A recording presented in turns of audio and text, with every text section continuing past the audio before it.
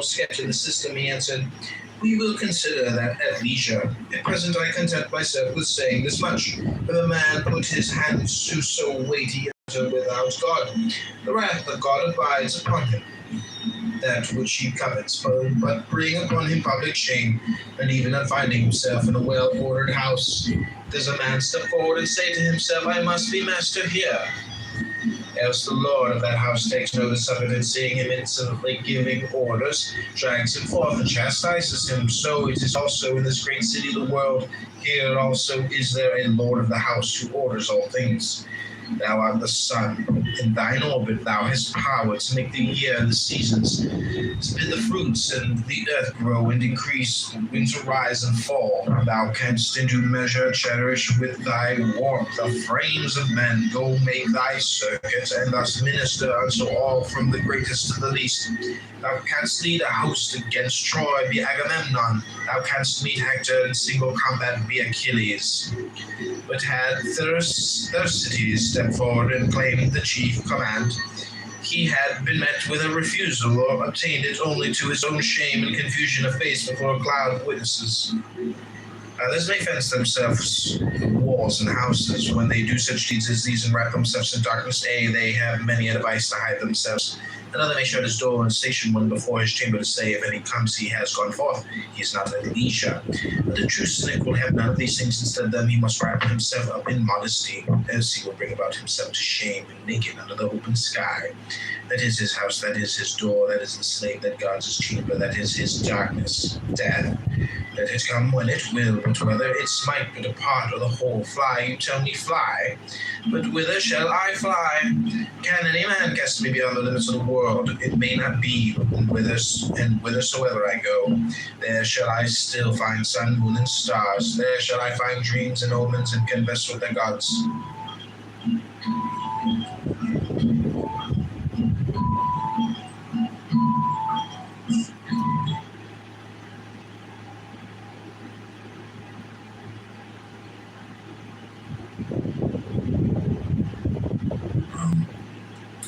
And they're not trivial domains. I mean, they're domains that matter a lot because they're quintessential in a lot of different domains of the economy, like engineering,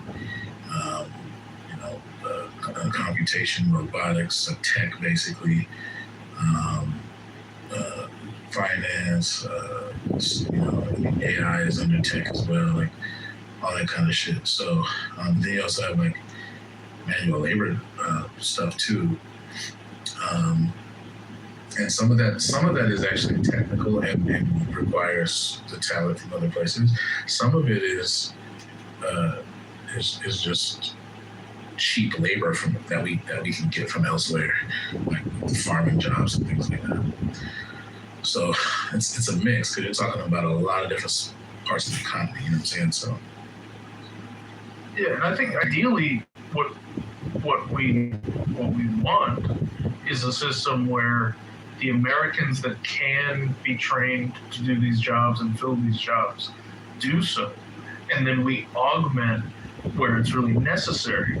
But I think I saw a post, being anti-H-1B recently, where like a university in Michigan was seeking an H-1B or an H-3B, I'm not sure exactly, but they were seeking a foreign staffing position for a women's soccer coach or something, and arguing that there are no possible female soccer coaches in America capable of filling this role, and they had to get an international soccer coach to fill this role.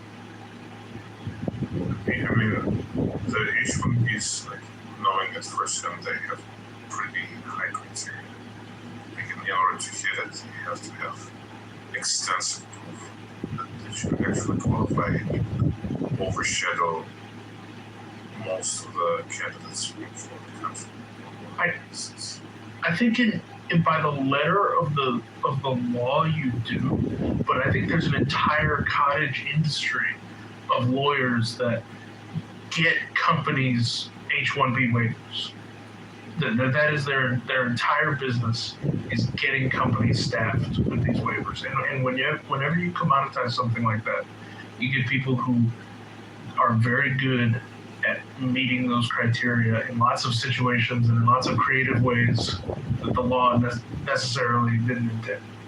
I would agree with that. I mean, there's definitely corruption. There's definitely some funny stuff going on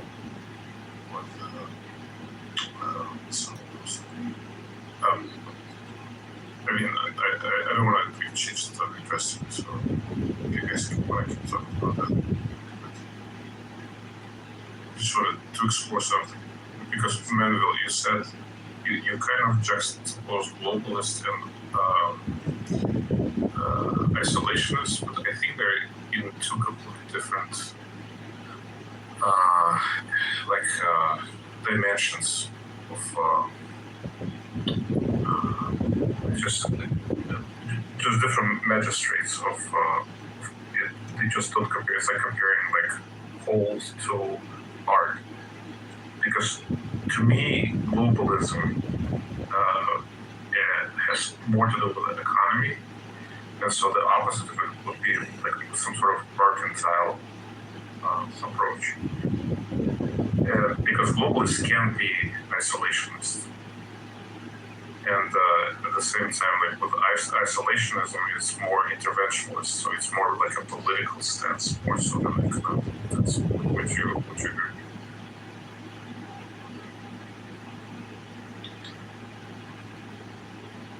Well, I think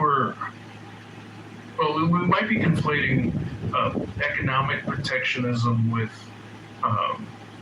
the military intervention as two kinds of the same coin. You know, our economy, the military, and our defense industry, you know, they're very interlinked, and it is seen. You are hitting over the head with economic arguments when you talk about drawing down or reducing our military sphere of influence around the world, or our control over certain bodies of water, like Strait of Hormuz or other things. And our national like immigration policy is not really seen as like an extension of our military or a national defense program. It's seen as pure economic benefit. So you're also hit with an economic argument from that, but there's no like separate, you know, someone's either filling the job and they're either a citizen or not, right? They're either, they either have legal status through a waiver or a visa, or they don't. And those policies, it doesn't make you isolationist or globalist necessarily to be dealing with critical static. I don't think that meets that threshold. It is more of a intervention, military intervention around the world, or diplomatic bribery around the world. I mean, aid that we deliver to other countries for some, you know, intangible theoretical benefit that we get at home. And I don't think the deliverables on, you know, our global aid packages, even setting the military aside, right, in any way justify the amount of crap, for example, that we found with USAID. And the blind defense of USAID specifically is one, shocking, and two, exactly the issue we have with a misappropriation of resources or a platform that's not America first. Because you can say all you want, but when you're in the back of in the executive office building and you're signing these ridiculous, you know, trans drag shows for Zimbabwe, you know, funding grants. No, I mean, I get it. I get, like, you're right with the previous message. What I'm trying to be more kind of nuanced about is that isolationism and globalism are not the two opposites of each other. They're not antonyms to each other.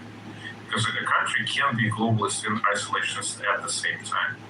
Like, you know, I'm trying to think of a good example. I think like Switzerland. Global on trade, but isolation on military intervention. On politics. It's not just military, but just political involvement into world affairs. Like you take any of those, like maybe like Taiwan or Singapore, you have like other hubs that are very open trade, very like low tariffs and stuff. But at the same time, they want to have nothing to do with global affairs. They are present there as little as possible. But what I would, the way I would describe the current administration is that it is mercantile in terms of its economic policies, and it's interventionist, actually. So it's the opposite of isolationism, and at the same time, it's the opposite of globalism. So they have focused on trade. They closed all of those tariffs across the board, but at the same time, they're more than willing to get involved and engaged in public affairs. And I think one of the disappointments within like the MAGA ranks was that there was a false, juxtaposition of globalism to isolationism, and that is why people, within the MAGA movement have questioned Trump and have gripes with Trump, because they didn't completely understand that those two terms, they are on completely two different planes. They have to do with completely different type of activity.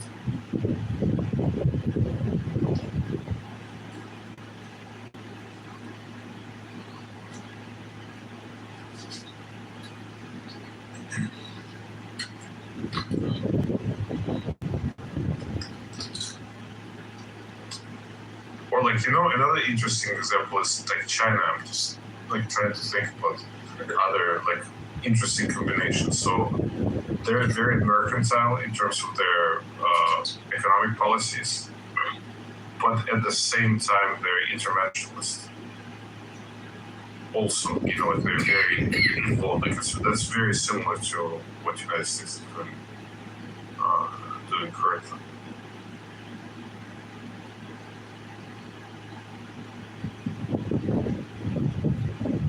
So it's the same thing. The government supports the internal industry. It's very focused on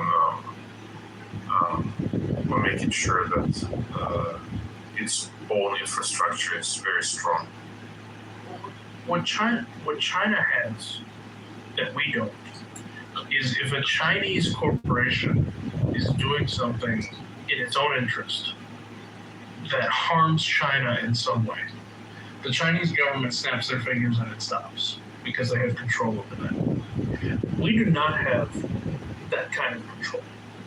And we are at the mercy of corporations' good sense or goodwill towards the United States, the body, if they want to do something to harm.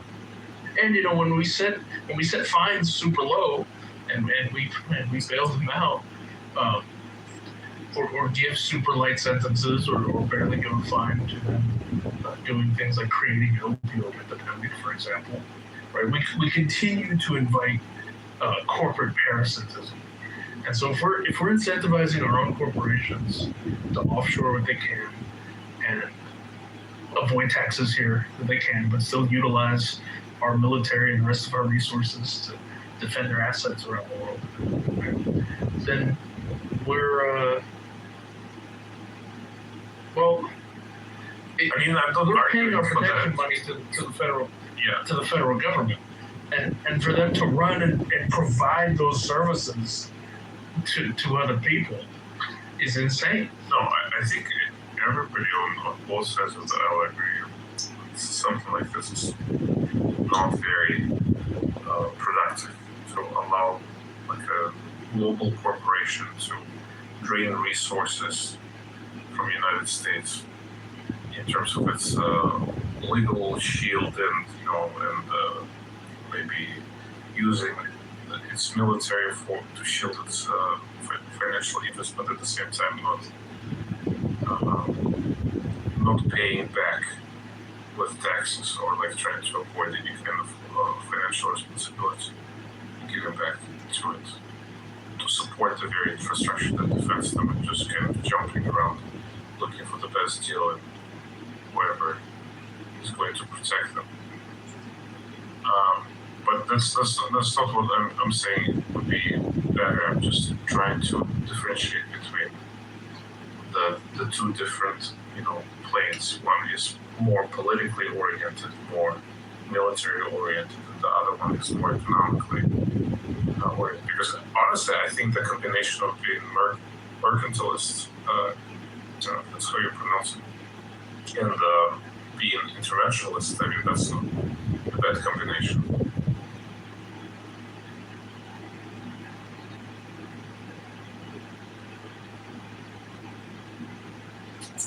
Or globalist and isolationist, but that's more for smaller countries that can afford being some sort of haven for business without spending anything to impose its power outside of its borders.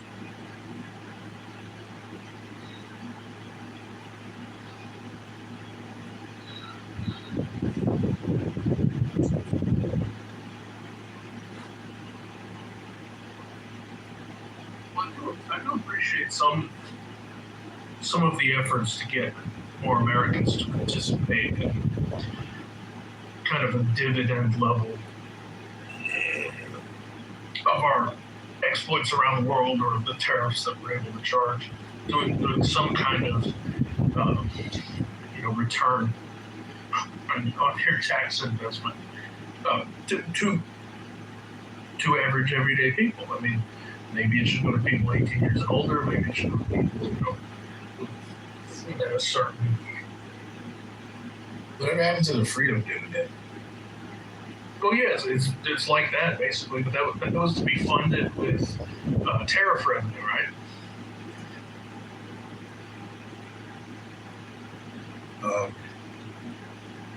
It'll be $2,500 a person. No, I think. I think that was when the Andrew Yang said something like that. Okay, well, Yang had UBI. Well, yeah, they call it the freedom dividend. Oh, $1,000 per month. There's been something. Yeah, it was $1,000 a month. Well, that was a UBI. Yeah. But he called it the freedom dividend.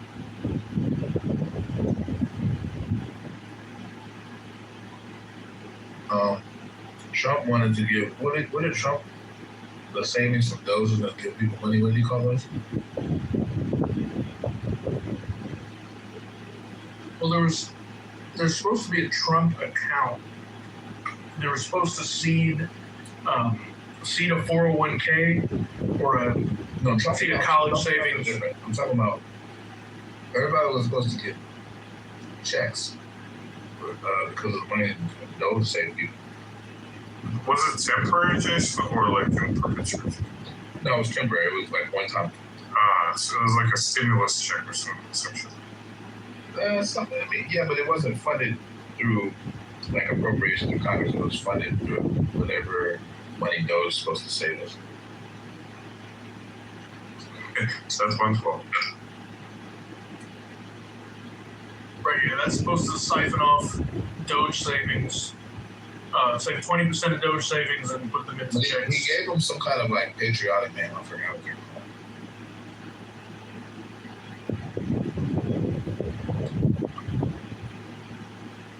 But that never came to fruition. So, like a bunch of Republicans wasn't done that. So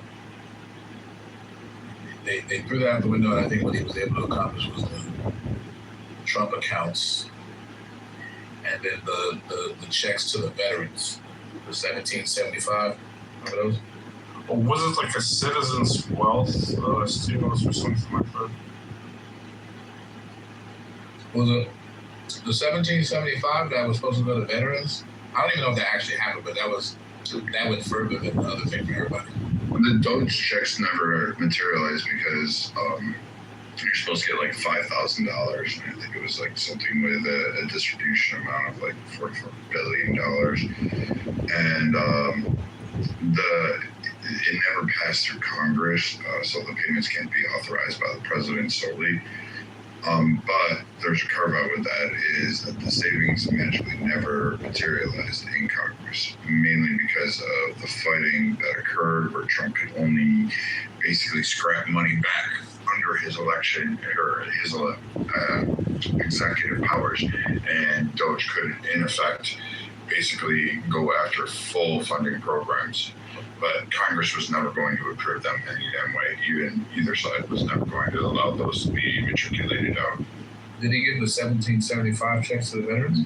No, I did not get a 1775 check, but I don't think those ever materialized either. And then there's the tariff dividend that is supposed to be going out that also, again, is not going to pass. It was supposed to be like in 2000. But that has not resulted either. And again, Trump, this is where Trump pisses me off. He says these things, but you have to get Congress to approve it. And if you can't, well, then it's a dead issue because you only have power over the executive branch and you can't return that funding to the American people. You can't write checks from any money you claw back out of it. Okay. I remember talking about it. I don't know if you ever did. That's what I was trying to clarify. No, you couldn't even give the 1775 checks out either. So, I mean, but well, he did do Trump accounts. I know those are live. The Trump accounts are live. He did that through, and it's actually a good investment. Like every economist is talking about, like it's free money. Well, it's not free, but it's a good investment tool. You should look into it.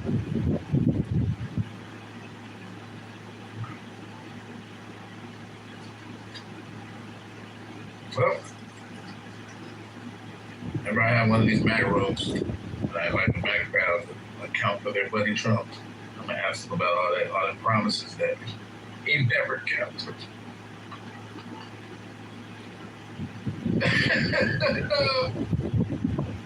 Oh man. I'm sure, like, they should say it. I mean, it's not hard to say, like, you know, Trump overstepped his bounds and issued rhetoric, and he wrote, quote, he wrote checks his ass could cash, you know? So it's basically the gist of it. But, I mean, it's not as like, well, Trump just never signed up because he's an evil, you know, Dark Lord of Star Wars. He literally would not be able to do it anyway. So he's just politically incompetent.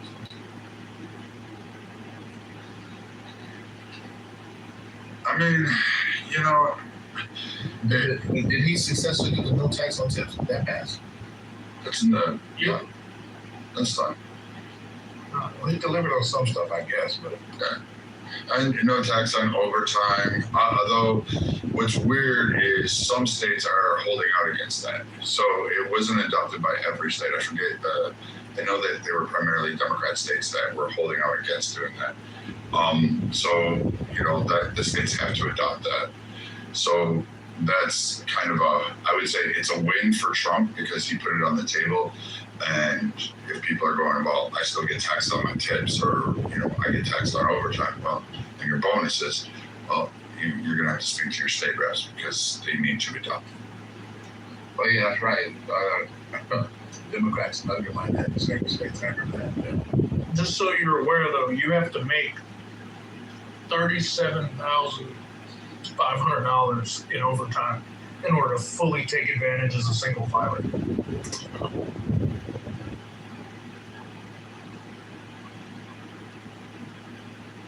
Which, you know, if you're a cop, you're a firefighter, mechanic, that's easy.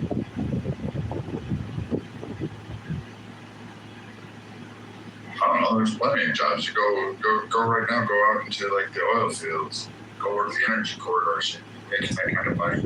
Yeah, but I wouldn't say it's easy to work a bunch of extra hours in the oil field the way it's easy to work a bunch of extra hours in fire service or as a cop. I'm pulling my car up on a construction site, open up the laptop for Netflix, And I'm making overtime.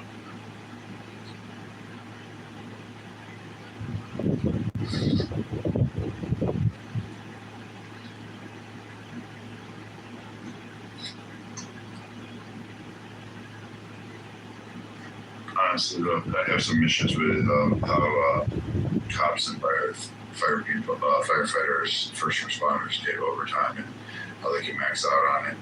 I mean, I'm just saying our service people never got overtime, and I kind of feel a certain type of way about it at times, especially when I hear that, you know, cops are doing TikTok dances, and I'm looking at the overtime budget for that. I'm like, why are you on fucking TikTok then?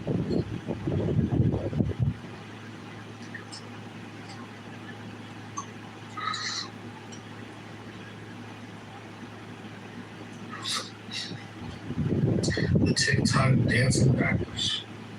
The cops. You look up TikTok dancing cops. Oh, the cop? I think you're talking about the nurses and stuff during COVID. Oh no, I was talking about like cops and first responders that do like Instagram and TikTok dances. I don't know what happened, but usually on my like Instagram feed, it's usually like very specific to what I like. Usually nature, outdoors, some interior and exterior design builds, things like that. But it will pop up and it'll be like a cop holding his video up doing a dance, and you know, and all this stuff. And I'm like, yeah, we really. I wonder how many takes it took. That is probably about an hour and a half worth of work. Yeah, and we just paid for that 1 hour. You probably were on. How do you know they were on duty? They have their car. They have their full uniform on. Well, that doesn't necessarily mean that they're on duty, but there are departments jumping on the trend, like making videos for their department too. So it's kind of a mix. Well, like, if you have like a community outreach where officers are like out in the community playing basketball, are they on duty? Are they getting paid those hours? Yeah, usually. What's the difference between like a community outreach meeting and TikTok?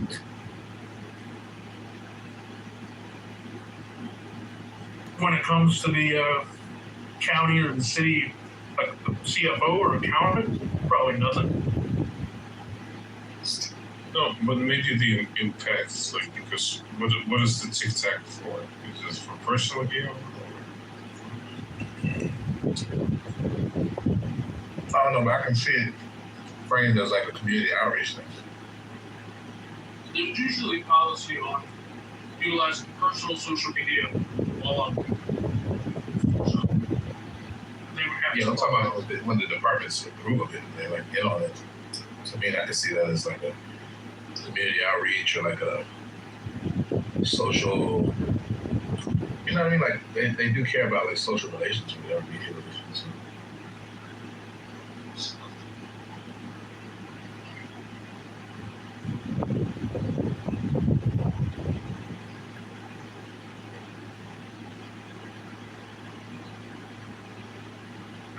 I'm old school too. I don't believe so.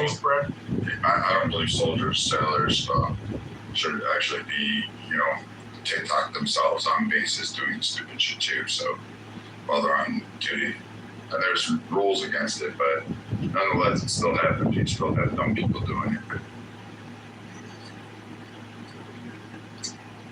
I mean, I just feel like that's unrealistic. We have young generations of soldiers, those motherfuckers on the internet. So I don't know. Good luck with that. Yeah, but I'd say it's honestly worse. The people constantly filming their life on base is probably way more prevalent than cops.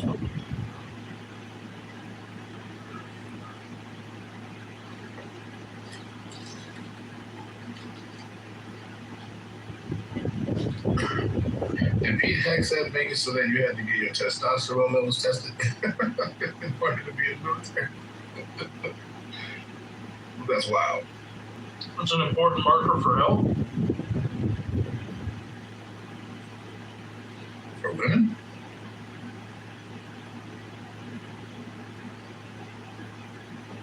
Not really. Women have testosterone. I bet there's a different metric for what's a healthy amount. I know that's my point.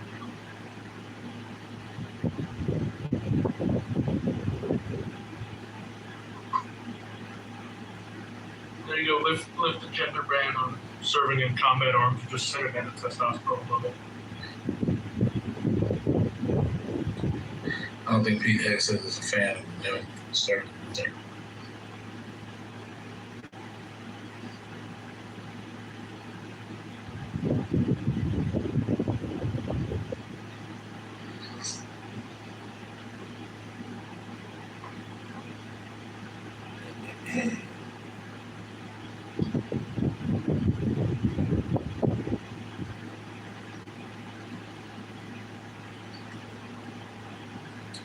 What's up with the Department of War? Make sure you're right.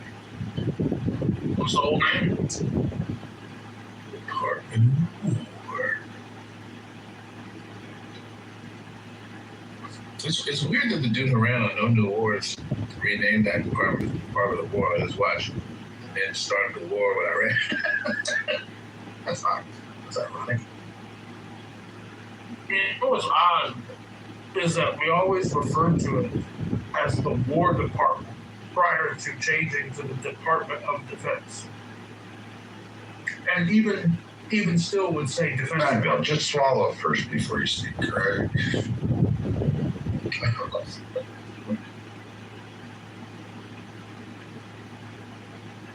These wings are delicious.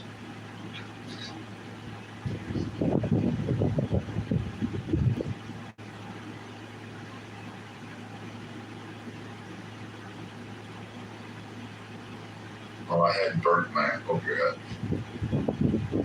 You had burnt lamb? Yeah, I bought a lamb thing, chopped, whatever, 2 of them, and I cooked it myself. I'm now cleaning up fucking grease everywhere, and I still can't get this fucking cooking going after all these years. Why'd you burn it? Why are you like I'm simply revealing you can't, but it's like a weird. Like, do you want to learn, or are you? I'm taking a cooking class. I actually started signed up for the next one. They're like expensive, but it's at this kitchen supply place. They have this whole back thing. Lesour is the name of the store or whatever, and they're going to give cooking classes. I started getting one like a couple weeks. But like, have you ever checked out how to cook with like a weekend and the internet? Like, you don't need to take no expensive ass I class. was gonna say, if you follow Alton Brown, if you don't, you probably should. But he's put out a bunch of reels and a bunch of videos of like very basic, like home cooking based stuff over the last few months, and most of it's all amazing. But really Well, simple. like, to me, YouTube video tutorials are actually, because you can follow them step by step, and there's like a modeling element to it. I learn better that way. But like, anytime I want to learn how to cook something new or sophisticated, I literally find several YouTube videos. Pick one that is like more or less easy to follow, and we just kind of watch it a couple times and follow the steps. You know what I mean? So that way you're not left hanging, because you have somebody like guiding you. And then once you do it a couple times, then you kind of do it on your own. You know what I mean? I hear you. Yes, I would assume I have. I do sit on here, but I'm actually usually doing like a multitude of other things. I multitask. You guys help keep my mind kind of on point, oddly enough. But like right now, I've cleaned my place. Let's see, what else tonight? Oh, I balanced Cigna's policies for the Southwest. I went through and audited 300,000 claims on line level, and I cleaned 3 bathrooms in my house. So, and then I burnt a lamb steak thingy. Did you cook with your you cooked it with a pan? Yeah, but I only have one pan. It's a Dutch, like a, what do you call them? Cast iron skillet things. Yeah, I know what a cast iron. You don't have like an oven, Yeah, I have it on, of course. You know you can put lamb in the oven and it cooks, right? Yeah, no. Okay. No, that's actually like really legitimate for cooking steak, especially if you have a thermometer. Protein. Go sear it off, and then You can sear it, and then finish it off in the oven. and you don't have to really deal with the oil as much. Well, But we're doing pan fry is not a bad way to go. It's not like it's bad to pan fry. It's just it's a lot more variables you gotta work, especially with the splatter. But you gotta be watching it and flipping it. Yeah. Pan fry. Yeah, I learned that too late. Where were you guys like an hour ago? Well, you should have asked this about fucking cooking steak. Just you. You know, it's funny, Brad, because you're kind of like a handyman, like you know how to do a lot of shit not allowed to do. But literally, bro, if you spend like 1 minute, I would like show you how to cook shit. I can show you in a way where you'd be able to replicate it from then on. Like it's not that different. Now wait, Brad, were you cooking on like high or full bore gas, or were you on like medium?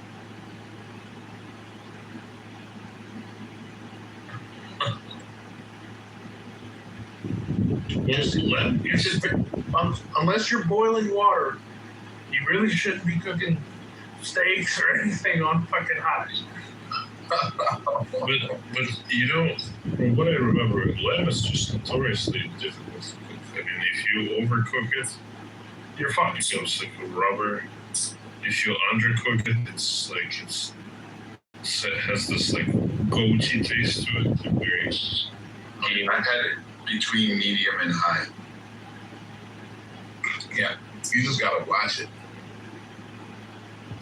There's a lot of technique. Even when you pan fry, like you can, especially if you do a steak. Like when I do a pan fry steak, bro, you wanna do like a base, like you put butter, garlic, like rosemary, and some other stuff you can put in there, and whatever your preferred like spices are. So you literally like tilt the pan, and you have like a spoon, and you keep spooning the butter onto the butter. basically. And But don't let the butter because burn. the hot butter actually cooks the steak. It's in it like the flavor profile of that shit is wild. Like It's like deep frying, but you want to put a little rosemary. no, it's not like deep frying. It's not like deep frying. Because deep frying It's is shallow frying. saturated in oil and so much oil that it actually like and it has to be super hot too. It's actually in many ways not like deep frying. It's shallow frying. It's really a sear. It's not a fry. It's a sear. But you can technically call it frying because some of those same processes in frying do occur in the pan. But it's just different. But anyway, like that's one technique. I'm You can talking do about pan frying coating- where you just cook one coating side and flip, and then if you really want to get fancy, you can turn it on the sides and stuff like that because you want to render that fat. Because that's what the flavor is. But the thing with pan frying is that if your cut isn't thick enough, you're going to have to pull it before you develop a really good sear because you're going to overcook the inside trying to go for that sear. So you have to kind of give up on it when pan frying unless you have like enough, unless you're over like an inch and a half. You Well, really, that's why you it's turn really it difficult to down and develop finish it off. That's why you turn it down and finish it off. You simmer it, or you can finish it off in the oven, and that way you can control like the texture and everything like that, the internal temperature a lot better. The sear is to lock it. It's really for the outside flavoring and to lock in the juices. That's really yeah. I would say that if you can keep the steak moist, give it kind of like a little bit of wine bath, coat it in oil, put it in the oven, get it up to temperature, and then sear it off, reverse sear in a hot pan. That would be better than just trying to. So I tried the wine is flavoring it. I tried one of those, like, you know, like on my Instagram thing, they pop up this, like, there's this guy or group of guys, they cook by rivers, so they cook on stone things, and I'm okay with a campfire. Like, I can cook over a campfire, and that's pretty easy to do. But, Talking about the guy from Kazakhstan? I have no idea where he's from. There's a couple of them. He just washes off a rock, and he, like, But honestly, Brad, I think it's because you just understand the kind of, and I'm going to use a fancy word, the gastronomic principles as they apply to campfires, but not as much as they apply to like stovetops. They are absolutely 100% or ovens. Do you own a grill? Yeah. I have one of those charcoal ones, and then I have the big solo stove cooking kit, and then I have what they call a cowboy pendulum that you can basically hang on. Those are amazing, bro. They're easy to make, there's a kit you can literally, I was really pissed after I bought mine from Tractor Supply. You can just go on Amazon, and all you need to do is go out and get 3 wooden poles and hang them out there, and just get them at like 8 feet. You can cut off treetops or whatever, parse that out, shim them down, put it through this little tripod, and it'll hang for you. Oh, you were gonna. So when you use the Weber kettle, you ever pile all the coals on one side? No. And leave something in there? No, I actually prefer I prefer cooking over the campfire. I rarely use those. It's not. It's at first it's time. It's just me. The girls don't live here anymore, so like that's kind of a bummer because they did most of the cooking, and then their mother was always the one that did the cooking. And then for me, I'm usually just so busy that I just it's got to be fast. Or if I'm sitting out by a fire, I'm relaxing tonight. I've got a bottle of bourbon. I'm gonna drink a couple of glasses. I'm gonna eat a steak or a fish I caught or some animal I shot, and then we're gonna pretty much have a good time. So you can toss one of those coals from the fire underneath a chimney and get some charcoal going rather quickly. I don't recommend using lighter fluids to speed it up, but you get a lot. You get a lot out of the circulation and indirect cooking in the kettle, and it's just not something you can do in front of a fire. You're either on the fire or you're away from it. I've always used lighter fluid to heat start any kind of fire. There's a trick I learned when I was a kid. You grab one of those old Altoid tins. You take a nail and you hammer a hole in the top of it. You cut up strips of your old white T-shirt. It's just got to be cotton. You cut it up, put it in there, put the can in the fire. That smoke will go out, and as soon as it cools down, pull it out. All that T-shirt material in there will become instantly, as soon as the spark touches it, it'll burst up in flames and burn for like 5 minutes. That shit's easy to do. So one of my clients, he just recently got this fucking amazing Lynx professional grill, 22-inch. And I was talking to him, it was like it gets up to like 1,000 things. That's that's a insane. sear burner? That's fucking insane. That's hot as shit. I've used one of those. It's amazing. Infrared sear burner? Yes. Oh, okay, Yeah, yes. it's all infrared burner. So All infrared. Fuck yeah. Yeah, exactly. So he can do like rotisserie or whatever he wants. No, I was talking to him, and he introduced me to the term Pittsburgh, Pittsburgh crust or something along those lines. But there's a cool story about it. The reason why we call it Pittsburgh is because of the steel industry in Pittsburgh. So the guys who worked on those plants, they would just throw stakes on top of the molten, melted. Fucking way. Are you kidding me? Yes. Oh, yeah. Cowboy ribeyes? Hot that shit is, bro. Like $12.50 sometimes. That's 900. They just So cook. I cook skirt steaks directly on the coals. And if you go because skirt steak has a little more fat than normal, I would go exactly 70 seconds per side and 10 minutes in aluminum foil. And it's the best skirt steak you've ever had in your life. Cut it against the grain when you finish. But when he told me about that, I was like, this must be like an old West tale. Like, if you throw anything on this like melted steel is just like burned instantaneously. So what happens? What happens is, at least with the charcoal, right? Less so with this, but you're kind of creating it. Is that the crust and the burnt charcoal that you're kind of making, they melt into each other, and it becomes almost like a part of the crust. It's a part of the crust. Especially the ash of the coals. You let the coals turn white and get it done. Now that sear burner goes 1250, 1500 degrees. I do picanhas on those because my building has built-in burners on our gas grills, so I can just turn that thing on, and I lock in the fat caps, and then I kind of let them sit around the infrared burner and don't even mess with the rest of the grill, and rotate them for a few minutes afterwards, and they're perfect. Perfect. Yeah, but I love cooking picanhas, so I got pretty good at it.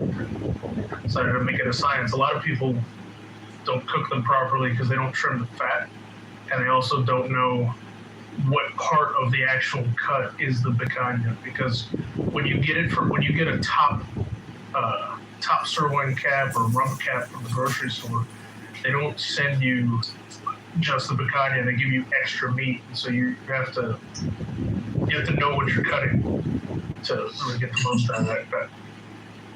Yeah, I fuck with picanhas because I like Brazilian steak places.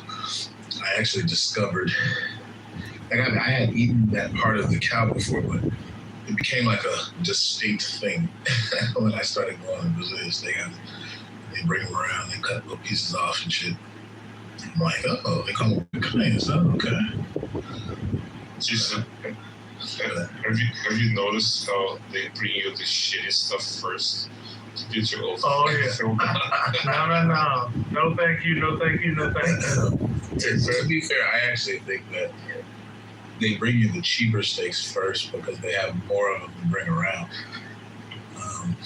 But all Brazilian steakhouses aren't equal. But yeah, I've noticed that. But you just pass Fogo is the best one. Well, Fogo's commercialized. Fogo's actually not the best one. There are way better Brazilian steakhouses. Of the Brazilian steakhouses you're going to find at the mall, the Fogo quality of meat and salad bar are by far the best. But yeah, it's not a mom and pop Brazilian steakhouse. I mean, Fogos are good. They're actually pretty high end for what they are. Like, I like them. I've just been to ones that are better. Like, I went to one in Oakland that was way better than Fogos. I forgot what it was fucking called. I gotta fucking figure out what the fuck that shit was called. It was amazing. Oh my God. One of the best ones I ever ate at was actually up in Washington. I feel like the ones in Brazil are fucking the shit, though. Like, the actual authentic ones. Well, yeah, but you also have a different quality of cattle. They're using fresh rock salt. That makes the salt flavor makes a big difference. Yeah, but also like Argentinian Brazilian cattle is far superior to American cattle. Your average American cattle. Well, some of the good Brazilian. I keep cutting you off, Jim. Sorry. Some of the best ones actually import Brazilian cattle meat, which is really fucking authentic.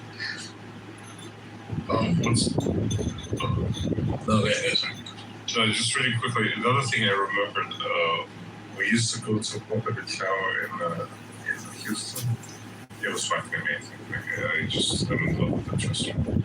But what they also, like the first time we went there, I didn't realize they charge you for water. You know, like how they bring you water. It's like, oh, do you like something? Saratoga, motherfucker. Yes, it's like, oh, nice sparkling water. How nice are you? They charge you for that? That's outrageous. That's like $7 a bottle, bro. Exactly. So we kept like, we were like celebrating, like a buddy of ours had like a big job. And so we took him out and we were like, oh, it's cool. Like, even back in the day, it was like $80 a plate, which was like a lot at the time. And we finished our meal, and they brought the soda. I was like, oh, would you like some? I was like, oh, yeah, absolutely. Like, we keep filling it with sparkling. And then we get the bill, and I think we're like all big boys. So each one of us, like besides getting his share, had to pay like $120 because water, just the water was like $40 per person. It's fucking insane. That's a big baller with the water is us. So my record, my record at Mr. Chow was $280 in water. Oh god. No, but it's like, those fucking amateurs, they have no idea what they're doing. Like, those give some water. That's crazy. I was never paying much money for water. So it was sparkling. It wasn't regular water. Yeah, but usually in the restaurants of that like statue and that level, like there's certain things that come complimentary. Like you get fucking sparkling water complimentary. Yeah. But no. They squeeze you like not in Miami. Shit. That's not but even the still, like when they offer you still or sparkling, you're gonna get charged and you're gonna get served bottled artisanal water. And if you want tap water, you have to specifically say I would like tap water. Oh, and they're gonna judge the shit out of you. Cheese. Does Fogo give you cheese balls complimentary? Yes. Okay, because About I ate a a cage. shit ton of those last time I went. That's not. God damn, it's a lot of cheese. Well, Fogo does they do the yuca, or like it's not yuca, it's tapioca fries, and the fried bananas and the powdered Cajun complimentary. Yeah. oh, You can get some pretty good cheese bread, like doughs that you can just pop in the oven at home. Legit. I think I fucked up because I ate a crap ton of those and it like filled me up, so I couldn't eat as much meat, which annoyed the hell out of me. And I think that's the purpose of them. Also when it reminded me of when I was in undergrad, we had this Indian restaurant, and at the time, like we didn't know anything there. We would go there for buffet on Saturday, and we would just gorge, and we would have like a house with like 5 guys, and we would just gorge them and just put them out of business. And whoever ate the most would not have to pay for their bill, and we just kind of measured in plates. Usually, there'll be even amount of plates for everybody. So the tiebreaker was those like deep fried, sugar balls. You know what I'm talking about? It's like a dessert type of thing. Sugar balls. It's like deep fried. It's like deep fried. Like it's dough balls, but they like deep fried with sugar. Like donut holes? Huh? Like donut holes? Sort of like that, but like the Indian version of it, when they like deep fry them and there's like a syrup, like a syrup on top. So we would get like a pile of them, and then we just go around the table one by one until like people would just give up. The last person standing would get his bill picked up. Have either of you guys ever had Mr. Chow chicken satay? No, I haven't. No. Okay, it is insane. First of all, it's like $20 a skewer, which is insane. However, it's worth it because their chicken satay is fried. Then they apply the curry sauce, which is amazing. And then they cover it in like this sweetened condensed milk-based glaze. So it's a appetizer, entree, dessert, all in fucking one. And efficient. It's phenomenal. I think the last time I was there, I had like 8 of them, which is just insane. And they're not small.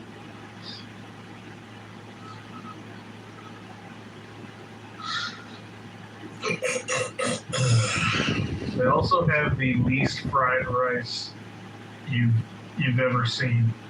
It's almost imperceptible that it's fried. However, it is amazing. And I don't know why, but for some reason edamame works in it. But it's the weirdest thing. It goes with the meal phenomenally, It's just not what the fuck you're expecting when you order a side of fried rice.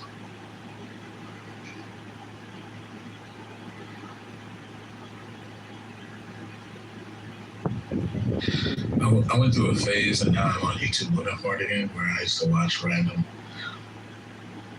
like, people online cooking street food, and I just could not get enough of just watching these random. It's like it'll be random motherfuckers somewhere in Asia cooking the shit out of something. I don't even know what it is. So I'm just like, check out Anticuchos in Peru.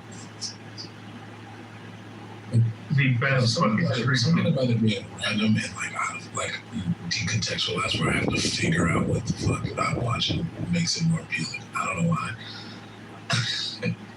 Like I'm watching these people they're like mass producing things, and they're just kind of like cooking it the same way every time, and they're making it, and they're just giving it to people on the street. Like, there you go, it is.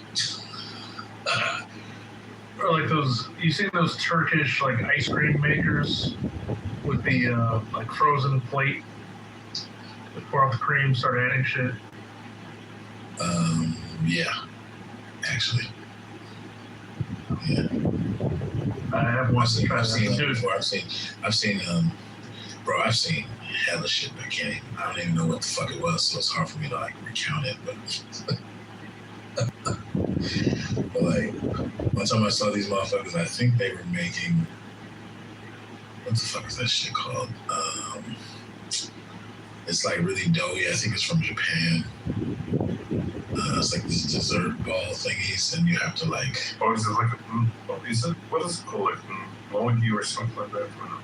Something like that. Fuck, I forget. But they have them in Hawaii too, because it's from Japan. It's really good. But anyway, I was watching them make it old school, and they were beating the shit out of this dough, bro. Like with like these hammer things. And there was 3 of them, and they had the timing and coordinating. Oh yeah, I've seen that. Yeah. And I was like, whoa, they are really going to town on this shit. Like, and they made like an industrial size. It's like this. It's like more happy like consistency. Yeah, that's what it is. That's the one. Okay, And mochi, but like old school mochi. Like these motherfuckers had hammers and like a stone bowl. And I was just like, wow, they are going to town on that shit. I never seen mochi made before, so it was kind of like fascinating. You know, Right now, I'm watching this dude he's literally cracking eggs with one hand on this big ass fucking grill, and he's making Japanese style egg bacon pancakes on the street.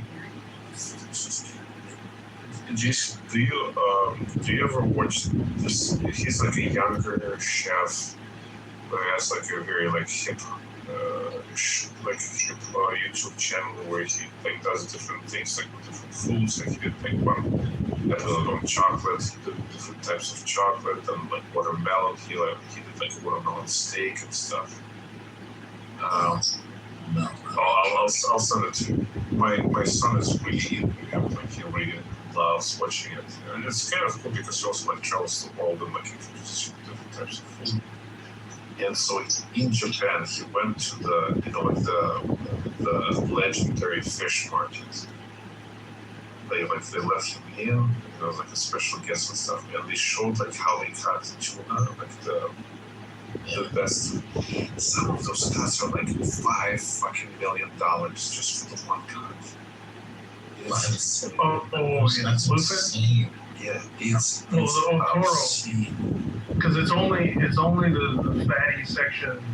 It's kind of like the Wagyu of. Yeah, but like they pick apparently. So there's like one winner. So they go through the whole market, like all the fish that gets to the market. They pick like one, and that tuna is the winner, and that tuna gets sold for I don't know, like an obscene amount of money. And then they do cuts out of it. And each cut has like a different level of importance and monetary worth. And they let him try like the most expensive part of the tuna. It was incredible. It's really cool. You go to the kick out of it. These motherfuckers are making a lot of whatever the fuck this is. Same, bro. Well, it's also like they auction those fish. So like each fish has like a place like first place, second place, third place.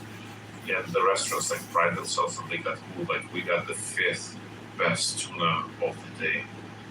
And we can also charge like crazy amount of money per each. That's sushi over there. I guess it's not even just that the food looks good or whatever, because actually, when I'm watching now, I don't know what the fuck this is, so it doesn't really bug me because I don't know what it is, but it's the process. I'm fucking fascinated by watching these motherfuckers. Like the artistry. Not so much artistry, because they're not really making it look fancy, they're just literally industrialized, like they're just making it over and over and over again. Like think of the what is it, mundanity?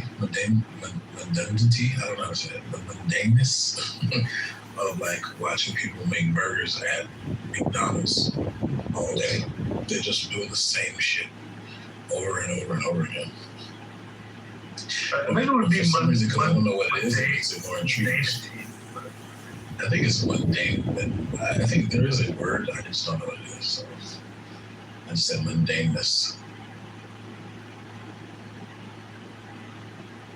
Oh shit, what that is. Mundaneness is a word. I don't know if it's a Scrabble. Yeah, mundanity is also. Yeah, I just didn't know how to say it, so I was like, mundaneness. Oh, this motherfucker's deep frying whole chickens. That's wild.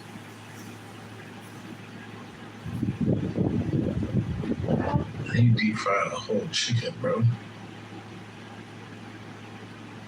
Oh, dude, the wilderness. I think channel's Wilderness Cooking. It's an Azerbaijani dude who does.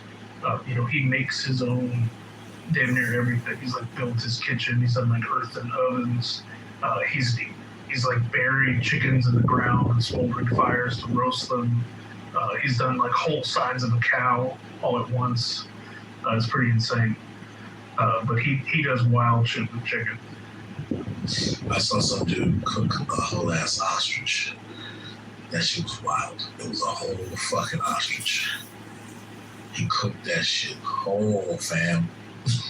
I was like, what the fuck? The other thing that's huge is the pachamanca, which is the earthen like feast that the Incans would do in Peru, where they'll bury tamales, chickens, different types of beef, sausages they make, veggies, sweet potatoes, everything. They'll bury it up on a fire and bury it in clay. And I'm like, dig it out 8 hours later.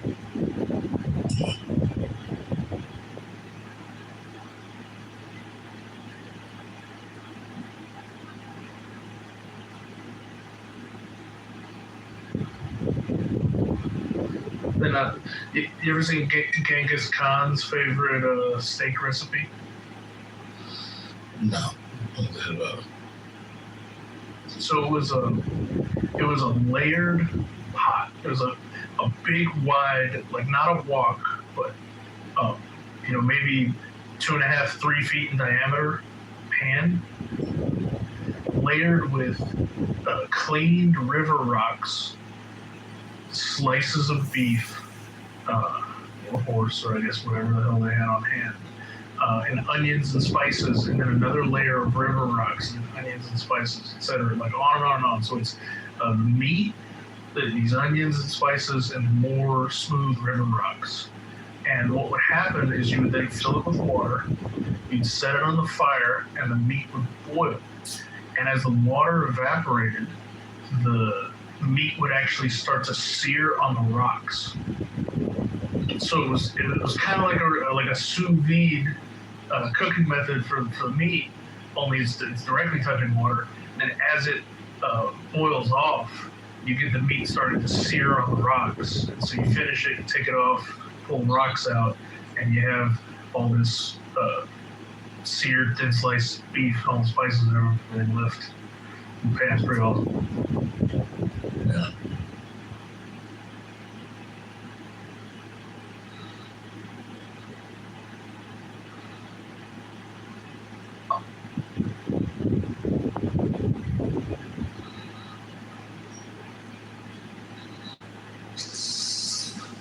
Man, the shit that I find entertaining these days, it's crazy. Have you seen this recent batch of protests in Madison? No. I think one, it's interesting it's happening in a swing state. Two, I think this protest is looking. It's trying to capture that energy that we had in 2020. I don't think it has it because I don't think like the underlying grievance is that bad. But it is I guess it's an area of activism that hasn't been as active lately as it was in recent history. So it's interesting that it's choosing to come back. It's a weird set of facts that surrounding the specific case, but just overall, to be doing this or showing support for this in a swing state in your bluest city, it seems like poor battle choosing on their part. I don't know if there's necessarily intention behind that, or if they're up in their feelings and so they're doing shit despite the way it looks bad. But did you see the guy who took over the press conference? And because the police chief, just let him talking about. To be honest with you, I might hear about it. Usually, for some reason, when I hear about shit for the first time, within a few days, I will hear about it again and again. So I probably will hear about it. It happened a couple weeks ago. The recent story is all about them kind of dismantling the chop zone that they had set up in the city. But shortly after the incident occurred, the police chief allowed a protester with a megaphone to come up and have the microphone as long as he wanted. And the guy went on a deranged rant that is pretty epic, actually. It was. I was initially, very upset that he allowed him to do this, but after letting him speak, I think the chief is a fucking genius because he made an ass of himself on national TV, and it was pretty much the end of disruptions for the news conferences. And the problem was they then went and set up a damn chop zone in Madison. It was an intersection with the shooting happened. Okay.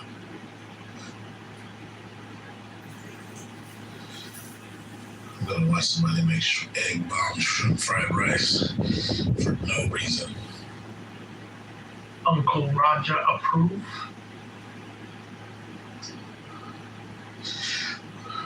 I guess part of why I've been thrown by this is because these motherfuckers are cooking all of this shit on a big ass grill. Like they're not really spatulas. Well, they put this shit on like bamboo leaf. What the fuck? That shit is authentic. Yeah, I'm just gonna be preoccupied by this for a few hours till I fall asleep.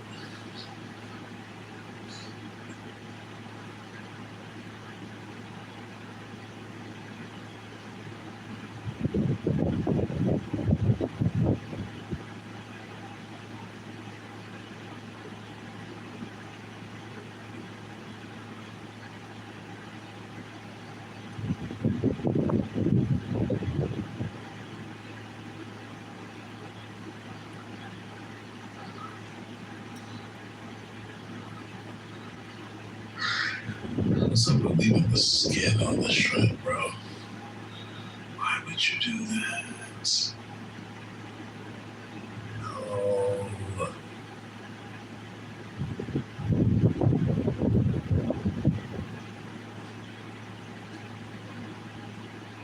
ruined it for me now. I don't want to watch this shit.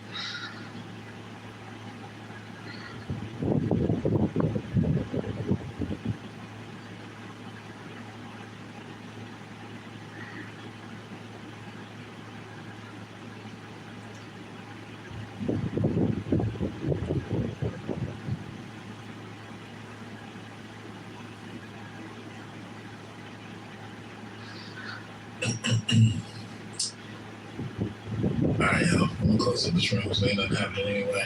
I'm finna fall asleep. I will holler at y'all. Okay, good night. Good night. Have a great rest of your night and tomorrow. Bye-bye. Bye.